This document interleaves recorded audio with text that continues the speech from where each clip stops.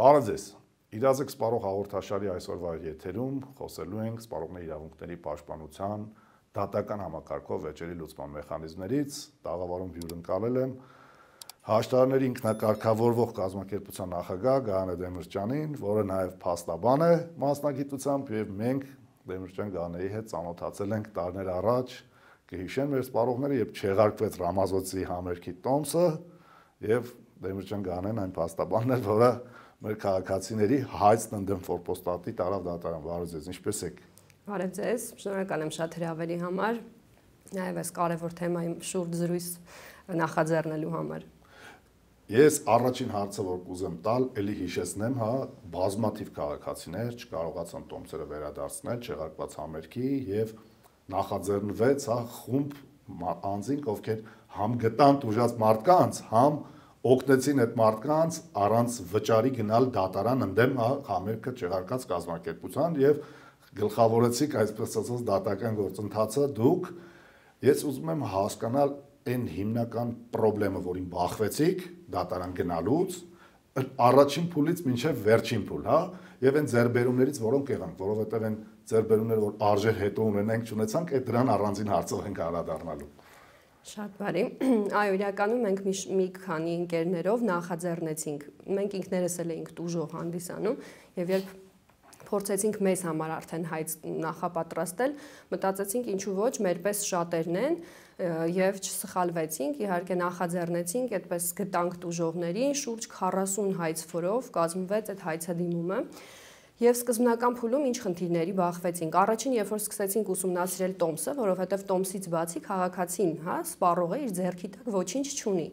Կա տոմսի գին, որը տարբեր մարդկանց մոտ տարբեր էր, եւ այդ տոմսից հասկացանք, որ տոմսերի վրա զետեղված չի համապատասխան տեղեկատվությունը, որը սպառողների իրավունքների պաշտպանության մասին օրենքը պահանջում է։ Այսինքն կազմակերպիչների մասին տեղեկատվություն, ընդ որում տեղեկատվություն ոչ թե որպես զուտ անվանական, իրենց բրենդային անվանմամբ, այլ հենց կազմակերպաիրավական ձևի տեսանկյունից, այսինքն իրենք ՍՊ են, ՓԲ են եւ իրենց հասց են։ Այդ ինֆորմացիան որևէ կերպ չկային տոմսերի վրա, այսինքն արդեն տեղից խախտում կար, փաստացի։ Եվ մենք արդեն գտանք լրատվականներով, հարցազրույցներով, թե որ ընկերությունն է սա, ռեգիստրով փորձեցինք պարզել, թե սա ՍՊ է, ՓԲ է, որպեսզի ներկայացնենք հայց, որովհետև դատական process-ը ենթադրում է, որ դու պետք է հայց ներկայացնես ինչ-որ սուբյեկտի դեմ, իսկ այդ սուբյեկտը պետք է լինի իրավաբանական անձի դեպքում ՍՊ, ՓԲ, ինչ-որ կազմակերպություն կամ ֆիզիկական անձ։ Եվ այս դեպքում այո, այդ խնդիրներին բախվեցինք հենց սկզբի փուլից ու հասկացանք, որ արդեն իսկ այդտեղ օրենսդրական բացք կա, որովհետև օրենքը համապատասխան հսկողություն չի իրականացրել, բավական մեծ քանակի տոմսեր էին տպագրվել, եւ այդ բոլոր տոմսերից ոչ մեկի վրա չկային այն տեղեկությունները, որը պետք է սպառողը ունենար։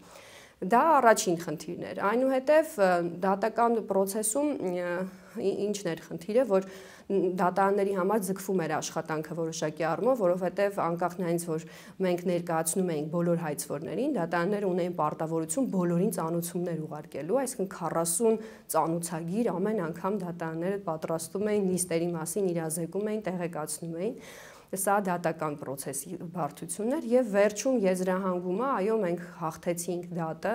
շահեցինք դատը, բայց արդյունքում մենք ունեցանք տխուր իրականություն, որ այդ գումարները որևէ կերպ չվերադարձվեցին, որովհետեւ հարկադիր կատարման փուլում բացահայտվեց, որ այդ ընկերությունը չունի որևէ միջոց, ինքը Հայաստանում գրանցված է զուտ որպես ՍՊ ինչ-որ մի հասցեով, որը ոչ գույք ունի, ոչ հաշվեհամար ունի, բանկային հաշի, այսինքն ոչինչ չունի։ Այստեղ մեր մոտ առաջացավ մյուս հարց, այսինքն ինչպես են թողնում այդքան միլիոնանոց համերգ կազմակերպել առանց որևէ երաշխիքի սպառողի համար։ Իսկն պետք է այն ընկերությունը, որ այդպիսի մեծածավալ համերգ է կազմակերպում, առնվազն ինչ-որ հաշվեհամար ունենա, գեներացնի այդտեղ ինչ-որ գումար, որ պետությանը ցույց տա, որ ես տեսեք հնարավոր վնասների հատուցման դեպքում ունեմ ինչ-որ ֆոնդ, որից կհատուցեմ, թեկուզ մասնակի կհատուցեմ։ Այստեղ իհարկե ամբողջական հատուցման մասին չենք խոսում, հնարավոր է օբյեկտիվ պատճառներով այդ ընկերության համերգը չի կայացել։ Բայց ամեն դեպքում ինչ-որ մի օրինակ ինչպես է ավանդների դեպքում, ավանդների ֆոնդ կա, որը երաշխավորում է ավանդների գումարը որոշակի չափով։ Այս նույն տրամաբանությամբ ինձ թվում է պետք է համերգներին անդրադառնալ ու վերաբերվել, որովհետև անձիկ գնում են բավականին թանկարժեք տոմսեր, ընդ որում Ռամազոթի տոմսերն էլ բավականին թանկարժեք էին, սկսում էին 5,000-ից մինչև 100,000 հասնում էր։ Այսինքն մենք ունեինք 50,000-անոց տոմսեր, 20-25,000-անոց, իսկ դա հատկապես այն ժամանակվա համար էլի բավականին մեծ գումարներ էր։ Համերգի կազմակերպիչներն ասեմ, իդեպ որ ինձ էլ են գումար պարտք, որովհետև այդ նույն հանրային աղմուկ բարձրացնելու, քաղաքացիներին հավաքագրելու գործընթացում Իմիջիալս ասում կատակել է, ես ասում եմ թե դատի տան ինձ են դատի տալու մնացածները տոմս են առա իրական տուժող են, ես տենց չտուժող ինձ սարքել եմ, տուժող ինձ դատի էին տվել, որ ինձ զրպարտում են, որակավորումներ տալով, իհարկե դատը հաղթեցի, բայց կեսից կրանի, որ արդեն իմ հիմնական ասելիքը հանրությանը հետաքրքրող ասել է եւ դատական նիստերին գնալու ժամանակ դիմաց տրամաբանություն չկար, ինձ փաստաբաններ ներկայացնում, որ դատանը մենակ չմնա, ըստ փաստաբանական ծախսը այդպես էլ չհատուցվեց։ Տեսեք, դուք բարձրացրեցիք մի հարց համերգի կազմակերպիչների հետ կապված, ասեմ, որ այդ խնդրը շարունակում է մնալ։ Այսօր բազմաթիվ տոմսեր վաճառվում են, մարդիկ գիտեն, որ պայմանական երգելու է Ալլա Պուգաչովան կամ Իրինա Ալեգրովան, այլ ճիշտ էլի չի երգելու, որովհետև այդ համերգից հետո էլ ենք ունեցել չեղարկված համերգներ, ինչ որ մեկը գալ չի երգելու, բայց իհարկե սկզբում չեն իմանում, որ չի երգելու, ասում են երգելու է, գնում են տոմսը առնում են, հետո չի երգում, վերջում չեն իմանում ով կազմակերպեց այդ չի երգել է, այսինքն ի սկզբանե պայմանական անուն են իմացալու, տոմս արկղ AM-ից առնում են տոմս, իրանք գիտեն թե առել են տոմս արկղից, բայց չգիտեն թե տոմս արկղը ում տոմսն է վաճառում։ Այս խնդրի մասին մարդիկ չգիտեն, այս տեղեկատվությունը բացակայում է ու շարունակում են առնել ու սա վերահսկող չունի։ Ինչ է կարծում, որպես իրավաբան, որպես փաստաբան, սա վարչական, պետական վերահսկողության պետք է լինի, թե անհատական իրավունքի պաշտպանության տիրույթի հարց է։ Տեսեք, ես գտնում եմ, որ պետական վերահսկողություն պետք է լինի, որովհետև նորից եմ ասում, մեծամասշտաբ բաների մասին ենք խոսում։ Այսինքն, երբ որ համալիր ենք, համալիրում մարդիկ ենք հավաքում ու դա մեծ ծավալների մասին է խոսքը, այդ թվում է միլիոնների մասին է խոսքը։ Գնա այստեղ պետք է լինի պետական վերահսկողություն։ Ես չեմ ասում պետությունը այդպես հսկի ով ինչ բիզնես է իրականացնում։ Իհարկե սա ազատ դաշտ է, բիզնես մրցակցային հարաբերություններ են, բայց պետական հսկողությունը այնքանով, որքանով որ պետք է լինեն հստակ չափորոշիչներ, որպեսզի պաշտպանեն այդ սպառողների իրավունքները, այդ տեսանկյունից այո, պետք է լինեն։ Պետք է հսկողություն լինի, որ այդ տոմսերը, որ թողարկվում են, այդ իմաստած չափորոշիչները պահպանվի։ Այսինքն մարդիկ իմանան հստակ այդ կազմակերպիչը ով է, որ հասցեում է գործում։ Կազմակերպչի մասին այդ տեղեկատվությունը պետք է բաց լինի եւ ի վերջո, երբ որ իր համերգը չկանա, ինքը ումից պահանջի, այո, այն տոմսարկղից, որտեղից գնացել գնել է, շատերը այդ ժամանակ գիտեք, օրինակ Ռամազոթի համերգի ժամանակ գնել էին տոմսերը, այո, եւ on-line եւ տեղում, որ մարզամերգային համալիրում էր այդ համերգը եւ տեղի տոմսար ու զանգահարում էին տեղի տոմսարկղի վաճառողին, ասում էին հետ տվեք մեր գումարը։ Այդ վաճառողը ասում ախր ես ընդհանրապես միջնորդ եմ, ով այդ տոմսը վաճառել է, ասում ենք մենք ինքներս այդ երբ որ ուզում ենք բացահայտենք իրական կազմակերպիչը, նույն տոմսարկղ AM, նույն տոմսարկղից հենց համալիրի, հա, գնում ենք ճշտում ենք, ասում ենք լավ, իսկ ով է ձեր այդ պատվիրատուն, որի տոմսերը դուք վաճառել եք։ Դուք ինչ պայմանագրային հարաբերությունների մեջ եք իր հետ։ Խնդրում ենք ձեր պայմանագրի օրինակը կամ գոնե հասցեն տվեք, որ այդ կազմակերպչին բացահայտման process-ն եմ ասում, որը բավականին ժամանակատար էր, բայց այդպես չպետք է լիներ։ Այսինքն սպառողը միանգամից պետք է իմանար։ Ընդ որում այս վերահսկողության բացակայության պայմաններում հանգել ենք մի իրավիճակի, երբ որ մարդիկ, քաղաքացիները կորցրել են իրենց վստահությունը, եւ այսօր շատ դեպքերում, երբ որ մենք տեսնում ենք մեգա աստղեր են Հայաստան գալու, մարդիկ այդ հանրային վստահության նվազման պատճառով չեն ցանկանում տոմս գնել, ընդ որում նախապես։ Հնարավոր է ասեն սպասեն, տեսնեն, եկավ, հա, հաստատ եկավ, այդ նոր այդ օրը նույնիսկ տոմս գնեն։ Վերջին վառ օրինակը ես կարող եմ ասել Ռուկի Վերխի համերգը, երբ որ հենց իմ ընկերները ինձ զանգել էին, ասում էին եկել է, արդեն հաստատ գիտենք Հայաստանում կարող է գնանք այդ համերգին, որովհետև գիտեին, որ մեկը ես վստահությունս լրիվ կորցրել եմ այդ մասով ու չեմ գնում էլ այդպիսի համերգներ, իսկ սեփական միջոցներս չեմ ծախսում, նախապես տոմս։ Ինչի ես այս հարցը տալիս պետական վերահսկողության թե չէ, որովհետև մեր դիրքորոշումն էլ այդտեղ էր, որ ինչ-որ բաներ կա, որ հենց միանգամից պետական վերահսկողության, դա կլինի տեսչական վերահսկողություն, թե այլ վերահսկողություն կամ հսկողություն ինչ որ ձև կարգավորվի անհատական իրավունքի պաշտպանության տիրույթ չկա, բայց նաև գործադիրում թե օրենսդրում կան պաշտոնյաներ, որոնք կարծում են, որ ինչ որ իրավունքներ մենք պարզապես սահմանում ենք, բայց անհատական իրավունքի մակարդակում ենք սահմանում, մարդը գիտի, որ իրավունք ունի, երկու կողմի իրավահարաբերությունները թող գնան դատական պաշտպանությամբ իրենց իրավունքներով զբաղվեն, հա։ Ես ուզում եմ դատական պաշտպանության խնդիրներից խոսենք, ինչու, որովհետև ես ինքս եմ բարձրացնում սրա մասին շատ, բայց շատ կարևոր է, որ հենց փաստաբանները, նաև հաշտարարները, որոնք այս իմաստով այս խնդիրը լուծելու են անպայման հաշտարարությանը կգան, 8000 դրամ գումար վճարած եւ պայուսակ ձեռք բերած քաղաքացին բախվում է վերադարձի խնդրի, օրինակ։ Որովհետեւ փաստաբան բնականաբար, եթե ֆինանսական ծառայություն է մատուցում, անվճար այս գործը չի անելու։ Այդ նվազագույն մարժան, հա, այսօր հայցի խաղով, որքան է կազմելու դուք կասեք, որ ես գումար չասեմ, բայց այն ընկերություններ կան, որոնք ասենք մինիմալ շեմ ունեն, որ 400,000-ից պակաս պրոստել գործ չեն վերցնում։ Այդ բնական չի, որ վերջում էլ դատավորը այդ 400,000-ը չի բավարարելու ամբողջ ծավալով։ Մի հատ էլ գնալու են վերաքննիչ, որ ինչ հիմքով չես բավարարում։ Մի հատ էլ գնալու են վճռաբեկ, անգամ եթե նախադեպ դառնա, որ պետքա բավարարեն, մեկը այն մյուսը էլի առաջացանում այս գումարը չի բավարարելու։ Սա խնդիր է, այս խնդրի լուծումը օրինակ դուք ոնց եք տեսնում, այս անհատական իրավունքի, այս ինստիտուցիոնալ պաշտպանության, եւ որ ավելի կարեւոր է հարցադրման հոճից առանցքը այս համայնքային ներգրավման խնդիրը ոնց լուծենք, որպեսզի այն դիրքորոշումը, որ պայմանական օրինակ փաստաբանական համայնքը բոլորով միասին կիսումը դառնա հանրային օրակարգային։ Իրական ճիշտ եք ասում, շատ մեծ լուրջ խնդիր է այդ փոքր խախտումների դեպքում։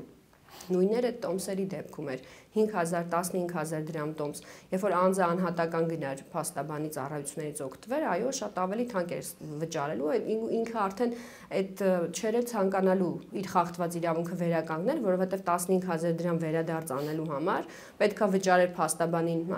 լավ, միջինացված 200,000 դրամ գումար, որպեսզի այդ հայցադիմը կազմի ներկայացուցչություն իրականացնի, վերջն արդյունքում էլ չգիտենք դատանի ինչքան գումար էր, որպես փաստաբանի ծախս բավարարելու, այդ պրակտիկան էլ ունենք, հա, այսինքն դու տանում ես պայմանագիրը, որ անձը քեզ վճարել է 500,000 դրամ, դատանը որոշում է, որ չէ 100,000 դրամ է բավարարելու, եւ ամենավատն էլ այն է, որ վերջին արդյունքում դու ոչ մի գումար էլ չես տանում, ոչ այդ 100,000-ը, ոչ այն 15,000-ը, որովհետեւ այն կազմակերպությունը գույք չունի, սնանկ է, իր հաշվի ոչինչ չկա։ Ու այստեղ այո քաղաքացին այդտեղ հուսահատվում է եւ ասում է լավ այդ 8000 դրամն էլ հեչ թող կորի ու այդտեղից օգտվում են ոչ բարեխիղճ արդեն արտադրողները, հա, ովքեր օգտվում են այդ դրանից։ Սա ճիշտ եք ասում, այդ մասով խնդիր կա։ Իսկ որ այդ կոլեկտիվը այդ ամեն ինչը դառնում, մի քիչ ավելի հնչեղություն է ստանում։ Հա, պայմանական ուրիշ է, որ մեկն է իր 15000-ի համար պայքարում եւ ուրիշը է, որ 40 հոգին պայքարում են 10000-ի, 5000-ի, 10-ը, իսկ ինչ որ գումարային առումով էլ ինքը մեծանում է եւ ավելի մեծ արժեք է, ծանրակշիռ է դառնում այդ հայցը։ Իհարկե, այստեղ ավելի կողմ ես ինքս խորհուրդ եմ տալի այդպիսի կոլեկտիվ հայցերի գնալ, մանավանդ այդ մեր Ռամազոտի դեպքից հետո դատավարության օրենսգիրքը բարելավեց եւ հիմա արդեն ունենք խմբային հայց ասվածը եւ խմբային հայցի դեպքում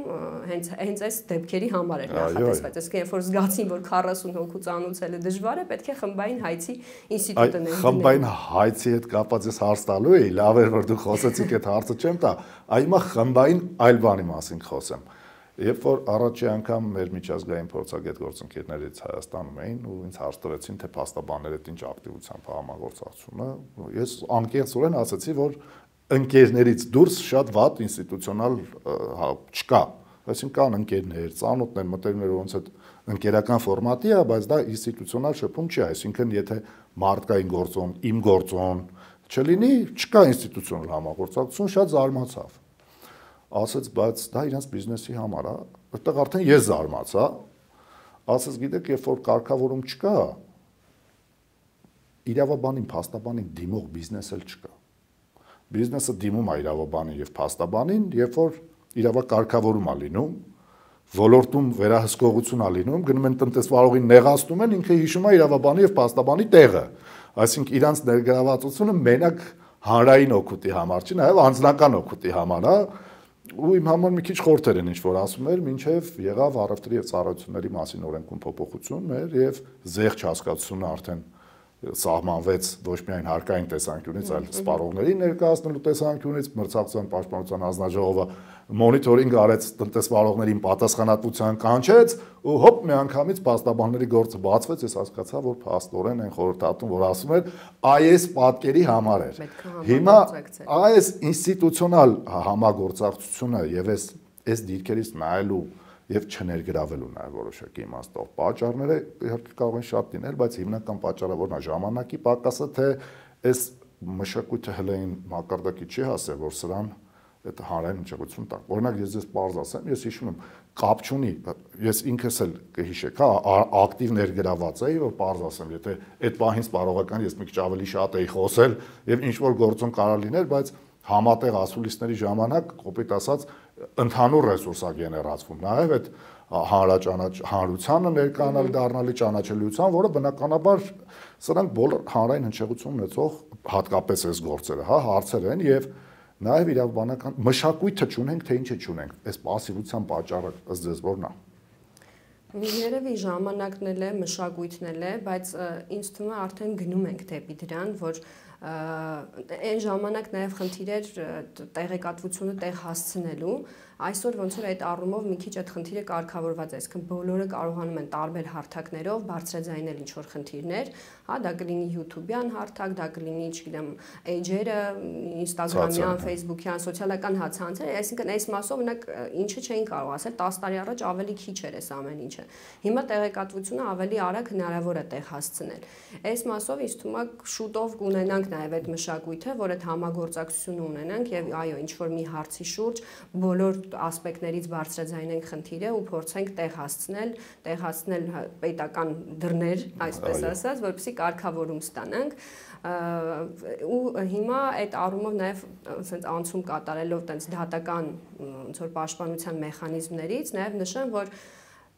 պետությունը հիմա նոր մեխանիզմներ է մշակում եւ ներդնում հաշտարարության, իդեմս հաշտարարության։ Ներողություն եմ խնդրում, իմ վերջին հարցը հենց սրան հետ էր կապված հաշտարարության եւ ամենևին պատահական չէր, որ ի սկզբանե ես ներկայացրել էի որպես հաշտարարի ինքնակարգավորող կազմակերպության նախագահ, որտեղ խոսելու ենք հենց սրա մասին, հարցադրում եմ ուզում անել, մինչև հարցադրումը, քանի որ նոր ինստիտուտ է, կուզեմ նաեւ մարդկանց տեղեկացնեք, ինչպես է որտեղից է սկսում, ինչու, որովհետեւ դա արդեն մարդու իրավունքն է եւ նաեւ պարտականությունն է, մարդիկ պետք է իմանան, հասկանանք որտեղից ենք սկսելու, նոր հասկանանք զարգացման, այս մեր ոլորտում սա որքան տեղ ունի զարգանալու եւ ընդեղ էլ ինչ խոչընդոտների կարա բախվի։ Իհարկե, տեսեք, օրենքի տեսանկյունից 2015 թվականից ունենք օրենքը, հաշտարարության մասին օրենքը, բայց ինքը չի կիրառվել ակտիվ, չի ունեցել այն թափը, այն տեմպը, ինչը որ ներդրել է, ինչը որ ցանկացել է պետությունը ի սկզբանե այդ օրենքը ընդունելով։ Այսօր մենք մի քիչ ուրիշ տենդենսներով ենք գնում, որովհետև ժամանակակից աշխարհը այո գնում է դրան, այսինքն դատարանների բեռնաթափումով, որովհետև մենք գիտենք բոլորս դատարանների ծանրաբեռնվածությունը նշանակվող նիստերը ինչ բանով են նշանակվում, հա, հերթականությամբ, այսինքն տարին մեկ անգամ նիստ լինի կամ չլինի կամ 2 տարին մեկ վարչական դատարանները չասեմ էլ ինչ ծանրաբեռնված են, այսինքն այս դատական ծանրաբեռնվածության խնդիրներից ելնելով պետությունը ակտիվացնում է հաշտարարության ինստիտուտ եւ ինչ է հաշտարարությունը, ինքը վեճերի լուծման այլընտրանքային տարբերակ է, ինչպես օրինակ արբիտրաժը, դատարանը, հա, որտեղ վեճեր են լուծում, նա այնպես էլ հաշտարարությունը, բայց հաշտարարությունը ունի որոշակի սպეციფիկա այն առումով, որ այստեղ կողմերը իրենք պետք է գան այսինքն երկու կողմի առկայությունը ու ներկայությունը պարտադիր է։ Եթե կողմերից մեկը հրաժարվում է, հաշտարարություն չի կարող լինել։ Վեճը ավտոմատ տեղափոխվում է կամ արբիտրաժ կամ դատարան։ Այ հաշտարարության սպეციფիկան է, որ պետք է կողմերը գան, իրենք ցանկանան, եւ հաշտարարներ արդեն պետք է կարողանա իր հմտություններով կողմերին այդ դաշտում պահել այնքան, այսպես ասած, այդ հաշտարարության դաշտում, որ ի վերջո վեճը լուծվի հաշտության համաձայնությամբ։ Եթե չեմ սխալվում, ամսի 1-ից հուլիսի 1-ից ամուսնալուծություններն արդեն առաջին փուլ պարտադիր պետք է գան հաշտարարությամբ գնան հետո նոր։ Այո, քանի որ օրենքը ինքն իրանով չկարողացավ տենց զարգանալ, պետությունը պարտադիրի կոմպոնենտը այո մտցրեց որոշակի գործերով, որոշակի տեսակի դա ամուսնաընտանեկան գործերն են, մասնավորապես ամուսնալուծություն, երեխայի խնամք, տեսակցություն, բնակության վայրի որոշում, կրթական հարցեր, ամուսնաընտանեկան պայմանագրից բխող վեճերը եւ ամուսնության ընթացքում համատեղ ձեռք բերված գույքի բաժանման հարցերը ենթակա են լինելու պարտադիր հաշտարարության, այսինքն նախքան դատարան դիմելը կողմերը պարտավոր են դիմել հաշտարարին ու փորձել իրենց վեճը չստացվեց նոր գնում են դատարան։ Չստացվեց նոր գնում են դատարան։ Ոչ շատ լուրջ եմ հարցը տալիս, բայց չեմ կարող չտալ, էլի հաշտարարությունը, ոնց որ առաջին բանը, ոնց հաշտեցումն է, էլի, բայց մեր ԶԱԳՍ օրինակ որ գնում են ամուսնալուծության, ոնց ուրախ զվարթ են բաժանվում, մարդ անընդհատ ուզում է գնալ այդ բաժանություն տեսնել, էլի, ուրախ մտնոլորտում է, եթե դրսից հաշտարարների ֆունկցիան որն է, ուրախ զվարթ բանը գործանել, թե առաջի գործառույթը հաշտեցումը, հետո նոր չէ, իրական հաշտարարների ֆունկցիան հաշտեցնելը այն իմաստով, որ իրենք այլևս չամուսնալուծվեն կամ այդ շարունակեն համատեղ կյանք վարել, դա չի։ Հաշտարարների ֆունկցիան, որ վեճը իրենց լուծվի հաշտությամբ, այսինքն իրենք գտնեն ընդհանուր եզրեր, թե ինչպես բացի այդ հաշտարարության process-ում ոնց որ վերականգնվում են նաև իրենց հարաբերությունները, հնարավորություն է լինում կողմերին հետագայում շարունակել, հա, իրենց հարաբերությունները, իրենց ընդհանուր մանավանդ եթե օրինակ երեխայի հարց կա, երեխայի խնամքի հարցում, այսինքն վերականգնում է այդ սոցիալական խաթարված հարաբերությունները, հաշտարարությունը ինքը այսպես այդ սոցիալականի հետ կապված մի հարցամ, ռիսկերի հետ կապված եմ ուզում հարցը ուղղել։ Տեսեք, փաստաբանական համայնքի չեմ մեղադրում միջալոց ասեմ, ներկայացուցիչները իրենց հաճախորդին այսպես ասած հաճոյանալու պահելու համար միշտ այնց դուխ են տալիս, ահա, որ հեսա կտեսնես, այս կասենք, մենք էս ենք անելու ու որոշակի իմաստով կողմերի իրավունքների մեջ շատ դեպքերում հենց երկու կողմերի փաստաբաններն են լարում մտցնում եւ իրականում հա որ դու հələ չգիտես էս էլ ենք ուզելու էս այ հաշտարարի ինստիտուտում այս խնդիրը մնալու է թե կարծում եք փաստաբանների դերը հա այստեղ որքան էր ու այն որ փաստաբանը ինքը իր նաև աշխատանքիցերում մի հայց ավել ագրելու էլի ինքը կուզենա արդյոք հաշտարարի ինստիտուտով սահմանափակվի թե ամեն ինչ կանի գործը տանի դատարան համ ինքը իր գործը ծանրացնի, բարեխղճության հասկանում եմ էթիկայի հարց կա ներքին, հա, այն որ բարեխղճության հարց կա, որ կարող է չուզեք խիստ գնահատեք, բայց փորձենք այդ ռիսկ, տեսական ռիսկի, արդյոք փաստաբանին հարմար կլինի այս փուլում լուծի, թե ավելի ձեռքը տա գնա դատարանով համ իր գործը դնի, ավելացնի, համ թանկացնի, համ էլ ի վերջո Սեք այս առումով ես միշտ ասում եմ, որ փաստաբանի համար լավագույն ելքը, երբ իր վստահորդները եւ վեճը ավարտվում է հաշտությամբ։ Սա անկախ դա նույնիսկ եթե լինի դատարանում, լավագույն հաղթանակն է, երբ որ վեճը ավարտում ես հաշտությամբ եւ ունենում ես գոհ վստահորդ։ Դու հնարավոր է որպես փաստաբան տեսնես, որ այստեղ իրավական լիքը խնդիրներ կա ու քո վստահորդը միանշանակ խախտելու է այս գործը եւ այլն, եւ դու բայց ժամանակի ընթացքում, այսինքն երբ որ դատական վեճի մեջ ես մտնում, այդ հաղթանակին հասնում ես 5 տարի հետո, նույնիսկ եթե դու հաղթում ես, քո վստահորդը շատ հաճախ գոհ չի մնում քեզանից։ Ինչի համար, որովհետև ինքը ունի արդեն ծախսված ժամանակ, որի ընթացքում այդ հաղթանակի արժեքը զրկվել է։ Այլևս այդ հաղթանակը չունի այն բերկրանքը, որը կարող ունենալ մի ամիս հետո։